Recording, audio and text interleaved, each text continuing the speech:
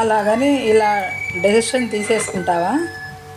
నన్ను క్షమించమ్మా అంటూ అమ్మ ఒడిలో వాలిపోయింది అమూల్య.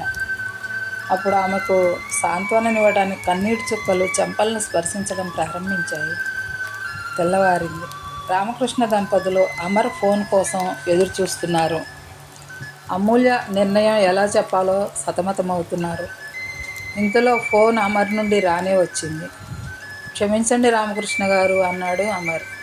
మమ్మల్నే మీరు క్షమించాలన్నాడు దీనంగా రామకృష్ణ. జరిగిందంతా అమూల్య నాకు ఫోన్లో చెప్పిందండి అన్నాడు అమర్. ఏం చెప్పిందండి అని భయంతో అడిగాడు రామకృష్ణ. అమూల్య లాంటి ఉత్తమురాలు, గుణవంతురాలు మా కోడలు కావటం మా పూర్వజన్మ సుకృతం అండి అన్నాడు అమర్. మీరు చెప్పేది నాకేం అర్థం కావటం లేదండి అన్నాడు రామకృష్ణ. దీనిలో అర్థం కానిదే ఉందండి, అయినా మీకు అమూల్య చెప్పలేదా అని ప్రశ్నించాడు అమర్. ఏమీ మాట్లాడలేకపోయాడు రామకృష్ణ. క్షమించండి మమ్మల్ని అంటూ ప్రాధేయపడటం ప్రారంభించాడు. ఇందులో మీ అమూల్య తప్పే ఉందండి. మీ వంశీ వాళ్ళ ఆఫీస్లో ఒక అమ్మాయిని ఇష్టపడుతున్నట్ట. ఆమెను పెళ్లి చేసుకోవాలనుకున్నాడట. ఈ విషయం మాతో చెప్పలేక మీ అమూల్యతోనే నేరుగా చెప్పాడట అన్నాడు అమర్. మాకు ఈ విషయం తెలియదండి అన్నాడు రామకృష్ణ.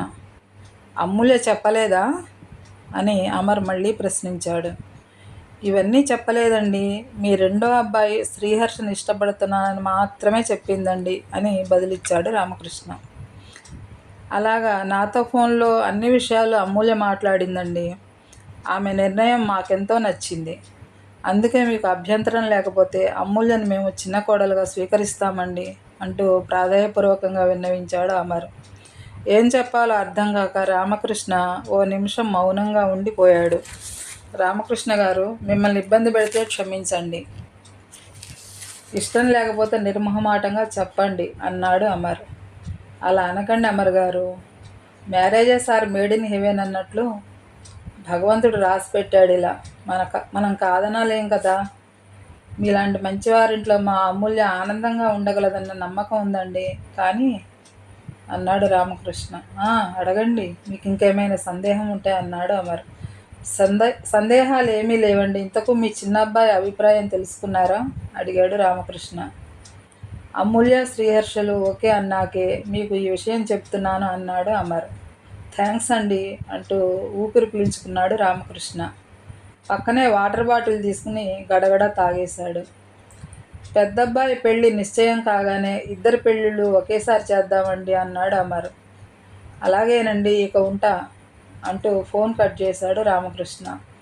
అమూల్య తీసుకున్న నిర్ణయం రామకృష్ణకు కూడా నచ్చింది. అమూల్య ఎంత ఎత్తు ఎదిగిపోయింది. స్వయంవరంలాగా తనకు నచ్చిన వాడిని ఎంత చక్కగా ఎంపిక చేస్తుంది.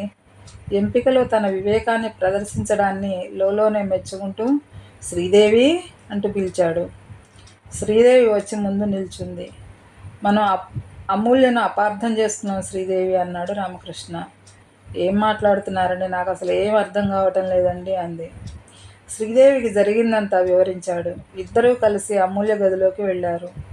కూతురు తీసుకున్న నిర్ణయానికి అమూల్యను అభినందించారు. అందరిలో ఆనంద బాష్పాలు కంటి గడప దాటి బయటకు రావటం ప్రారంభించాయి. కథ సమాప్తం.